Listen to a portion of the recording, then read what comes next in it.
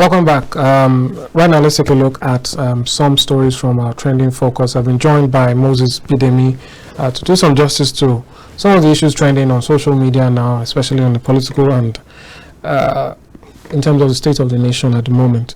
There are two main issues that seem to dominate social media at the moment. Welcome to the program, by the way. Good afternoon. Welcome. Thanks for having me. Thank you. All right. There are two main issues that seem to dominate social media today. We have the issue of the return of the president-elect, Tinubu's return, and also the MD of NIDCOM, Abike DabiriErewa. And let's take a look at some of the tweets and what's really going on. We'll start with the issue of Abike.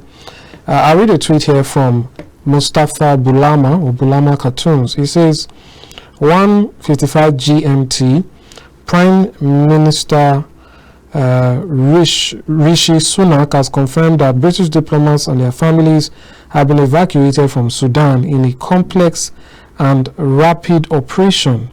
We urge Nigerian government to intensify its efforts to evacuate Nigerian nationals. Now, let's take the reply from Abike DabiriErewa there. She says, British diplomats. What about the over 3,000 British citizens resident there? Complaining, we will not rescue only our diplomats and families and leave our thousands of students. All will be back safely by God's grace. And that is what Abike Dabiri replied to that statement. And this is what someone said, or more Ajifola, this is what the person said in reply to that. He said, stop saying by God's grace. Shey God's grace Buhari employ, always full of excuses, latecomers.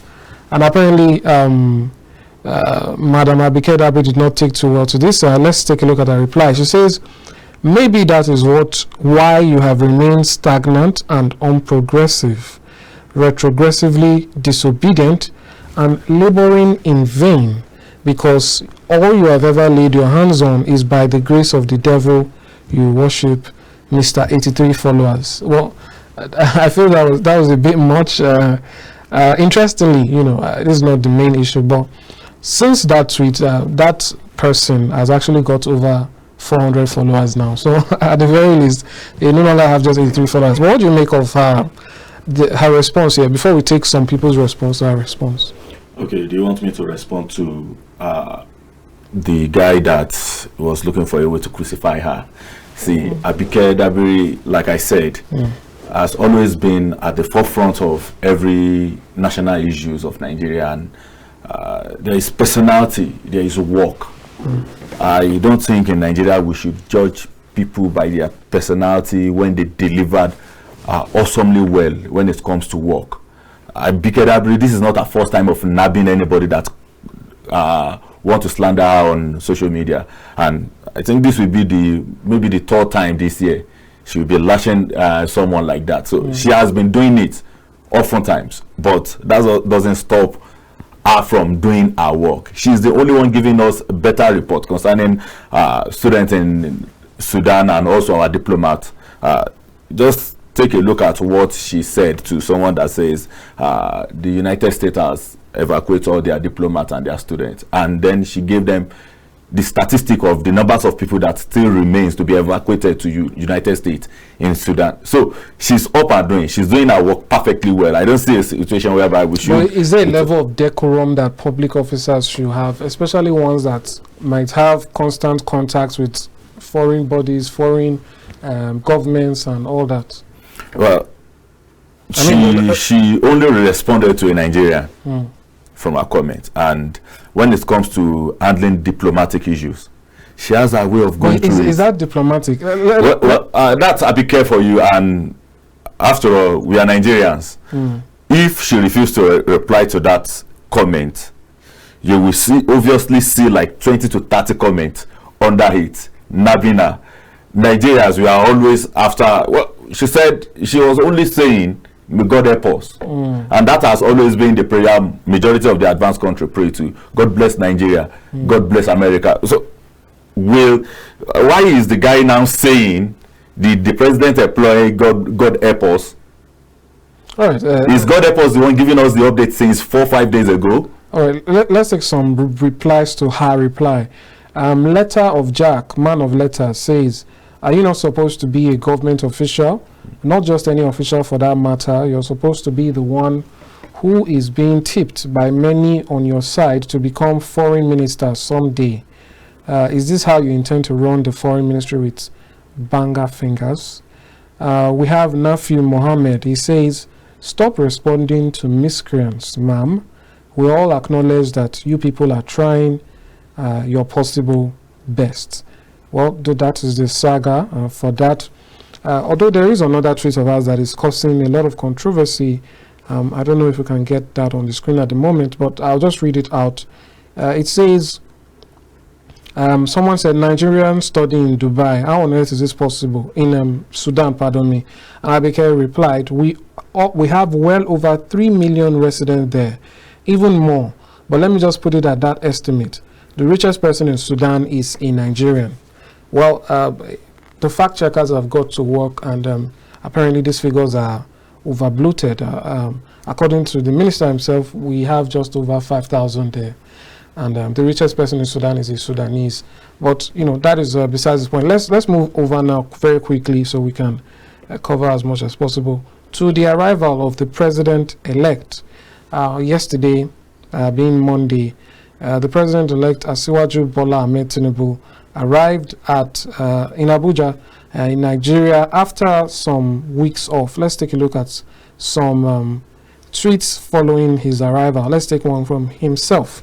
The president-elect tweeted, I am extremely excited to be back home and deeply humbled by the warm welcome I received on my return to Abuja today. Thank you all for your love and support. Our promise to deliver a nation of renewed hope for all Nigerians remains in motion. You can see the president-elect there, quite jovial and rejuvenated after months of campaigning. But now that he has arrived, let's take some replies to his arrival. We have from the AAC presidential candidate for 2023, Omoyele Sowore. He says, so which passport did Bola Tinubu arrive Nigeria with today? Is it the Guinean diplomatic passport since he was coming from France? And then he asked revolution now. Let's take another response there. We have from Sheyi Law. He says, welcome home. There's some Yoruba there. I don't know, perhaps you can interpret that. And then he says, Asiwaju Bola Ahmed Tinubu, your time will favor this country. My choice, my president-elect. What do you make of the responses to his arrival and what some persons are doing, which I didn't want to put on the forefront here, where people are zooming into the pictures, noticing things about him? What do you make of the whole situation? Well, let me start from the tweet by Omoyele Sowore. What Sowore said, I find it so funny because in Nigeria Constitution, the chapter 3 did not talk about having dual passport or dual citizen. It only talk about having dual citizen. So I don't see a situation where I don't see a reason why you should talk about someone having dual passport. It's not even in Nigerian Constitution that you can't have dual passport. So far it's a diplomatic passport. You are good to go. You are good to have it. So the chapter 3, which is section, I think from section 25, 26 to 29, only talk about dual citizen. So once he's not coming out to talk about him being a citizen of Nigeria and also another citizen of US or Sudan or whatever country they might call him. I don't see why Sowore should be talking about this. Sowore shouldn't be doing this. He came 60th. He came maybe 10th or 11th in the presidential election. So why is he now talking about Tinubu instead of him working on himself on how to execute whatever plan he has by becoming the president of the country? So Sowore should just go back to his house and then continue planning for a better days for himself. But Sheyi Law, yes, is an entertainer, one of the best comedians we have in the country, and I love the fact that a whole lot of our celebrities came out clean during the just concluded presidential election. We saw a whole lot of them supporting different parties, supporting different candidates, and that is how it should be we have our opinion, we have our choices to make, and then I just wish people will not come after Sheyilo just like they did come after Mr. Macaroni, come after P Square, Faz, and so many of them. But what Sheyilo did, I appreciate it. He's welcoming his president. So that is what his president-elect, that is what people should be doing now. We should focus, just like what Prince Adewale Adebayo tweeted some days back, we should focus on how to tackle the issues we have in this country, not talking about if someone is having health issue or not. Let us just give the picture to the fact checkers. Let them check if the picture is, if truly is having something planted in his skin or not. That is how they talk about President Buhari's death. And at the end of the day, the death certificate they presented is not even meant for an Hausa man. It is for a Yoruba man. I saw the picture. I was seated in where they were talking about it in Kwara State then, and then we saw a fact checker give us the fact about it. He cleaned everything for us, and we saw the name. So instead of talking about someone being sick, we should focus on how to make Nigeria work. I think that should be our focus, not just playing some games, tackling ourselves or rubbishing ourselves in the public. All right, but what do you see happening in the next 4 years? Do you think this scrutiny will continue? And the reason I ask is this: people always say we did not pay attention with Umar Musa Yar'Adua, and we got into some level of there was a lull, a period of time where everything was under hush hush, and there was this delay before the then acting president or the then vice president was given the opportunity to become acting president before being sworn in. So people say, yes, normally a person's health is their business, but if he's the president of the country, it is all our business. So, if there's something wrong, do you think it is on the part of the president-elect and his team to let Nigerians know? And on the second part, if he does have a dual citizenship, but in the process of vying for presidency, he said he did not. Has he not perjured himself? When he said he did not, then he's trying to come out clean and let us know he is not. Even if he is, that doesn't stop him from contesting, because he has the right to let go of one citizenship. And since he's born in Nigeria and he's born to Nigerian parents, then he has every right to claim Nigeria and let go of another country's citizenship. So him coming out, I see him being fair enough and being open enough. And then talking about his health, when it's time for them to tell us his state of health is deteriorating or his state of health will not give him chance to govern Nigeria again, I think Buhari is fair enough to let his vice president, Yemi Osinbajo, to be the acting president whenever, oftentimes when he's not around or when he's not in the country or when he's out to check his health or to treat himself. So I don't see Tinubu not doing the same thing to if eventually the man is sick and he want to go out, he want to leave the country to check on his health or to treat himself. After all, we only give our president or our politicians the advantage of going out to treat themselves, and I think that is one of the things that contribute to the dilapidated state of our health sector in this country. So there is nothing wrong with our president traveling out to treat himself, but if it hurts, will not let him govern the country very well. Yes, it will be right for his aides or his vice president or whoever is in his cabinet to just come out playing and let us know that this is the situation on ground. But just playing this game now, and I just see this game going on till after 4 years, and even if he's coming back to rerun again, I still see the game continuing. We did the same thing during the time of Goodluck Ebele Jonathan. After all, many people has a phone then, and you can always tweet, post on your Facebook, and then condemn the president. Then we saw the way they troll his wife. I think his wife happens to be, like some guys will say, she's the comedian of the year. So then after him, we saw President Muhammadu Buhari call him Jibril, and at the end of the day, what happened? The man you said is sick happens to be healthy, up to date. The man you said will not complete a tenure. It's almost just few weeks, or yes, a month to him leaving the office. We should just give these people the air to breathe. We should give them a better atmosphere to live, to exist, and let them focus on what is right. And everybody shouting or crucifying all these people, at the end of the day, we'll still continue to live in this Nigeria together. We'll cohabit together, and we won't have anywhere to run to. That is it. That is the case. Like they say in in England, God bless is the king now. God bless the king. I think it's not all too bad if Nigerians also have that for their leaders. We do hope the president-elect is in the best of health and he can carry out. Do you think Nigeria will ever pray for any leader? Well, I've never seen that happen before, though. Even though very few of us do it, but I've never seen a whole lot of people coming out and pray for our leader or pray for the country at large. Let's hope that changes. Hopefully, of course, we should pray for that. Yes, Nigerians are looking for something to make them do that, and hopefully they see it. At the moment, as we speak, is the president-elect. Till whatever happens or whatever comes of court cases and thereafter, we still have to respect that. So that being said, these are the peripherals, the things that are not really in the main discourse. Just to end it now, what is your idea of what we could be seeing first days in office?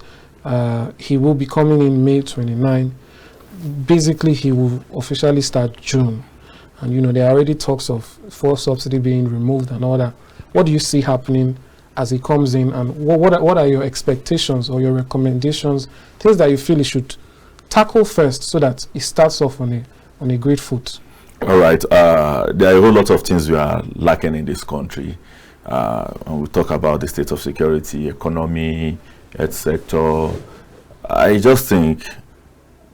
hope the president has done his research very well. Whoever the president-elect has done his research very well, and whenever he comes in, he will know what is right to do first. If they want to act on fuel subsidy, what other thing are they ready to subsidize for us? I think America subsidizes a whole lot of things when it farm produce.